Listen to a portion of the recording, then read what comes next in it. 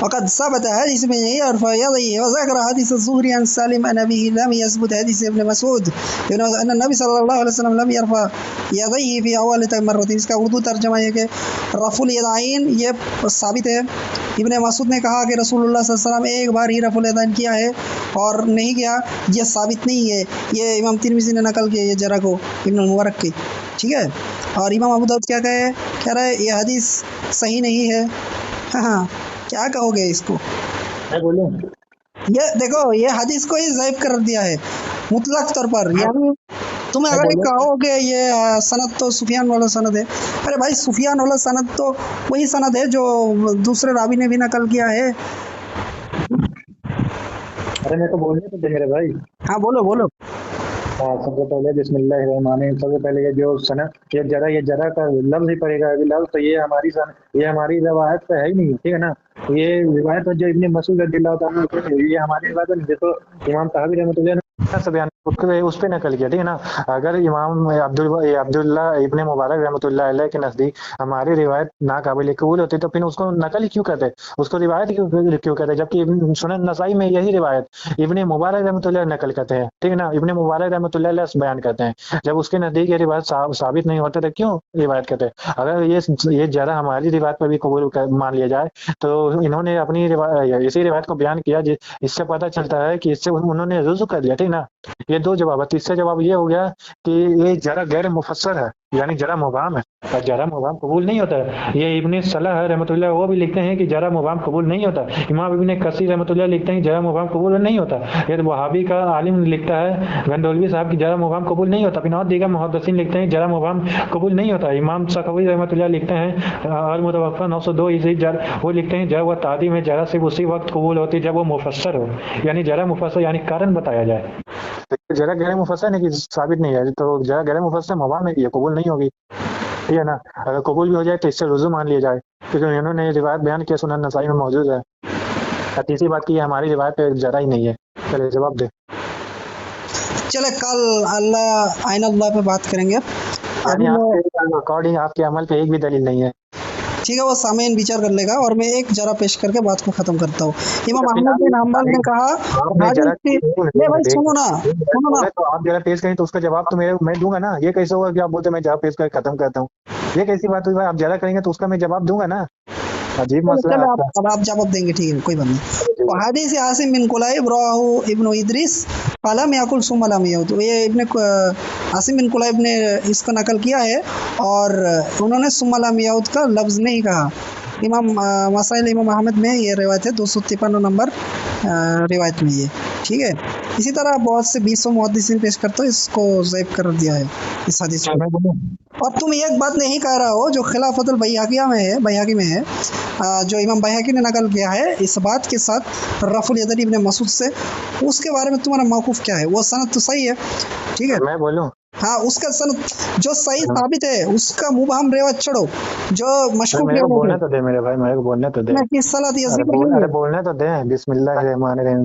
جبکہ بھائی بول رہے ہیں بارہ کی 20 روایت ہے، 20 میں سے 20 جرح، 20 میں سے جو 2 جرح مبہم پیش کیے. ایک ابن مبارک میں نے جواب دے دیا، ایک ابن یہ امام احمد بن حنبل، جبکہ انہوں نے جرح ہی نہیں کیا. امام احمد بن حنبل کے اگر جب جرح پہ ایک منٹ ارے چوپ کرے نا، جبکہ یہ پڑھے گا کہ امام احمد بن حنبل نے کوئی جرح ہی نہیں کیا. جبکہ امام احمد بن حنبل نے بس اتنا کہا کہ سما یہود یعنی دوبارہ ہاتھ نہیں اٹھایا، بس یہ ثابت نہیں ہے، بس اتنا کہا، بس اتنا کہا. پھر اسی روایت کو اپنی مسند میں بھی روایت کیا جو کہ بنا سما یہود کے الفاظ کے ساتھ روایت کیا. انہوں نے تو کوئی جرح ہی نہیں کیا نا. یہ کیسے ہو گیا کہ بھائی صاحب بولے کہ جرح کیا؟ اس میں تو کوئی جرح ہی نہیں موجود ہے. انہوں نے بس اتنا کہا کہ سما یہود یعنی دوبارہ ہاتھ نہیں اٹھایا، یہ ثابت نہیں. یہ بھی جرح مبہم ہے، ٹھیک ہے نا. تو یہ والا جرح مفسر نہیں ہے کہ امام سفیان ثوری سے وہم ہوا ہے اس خاص میں.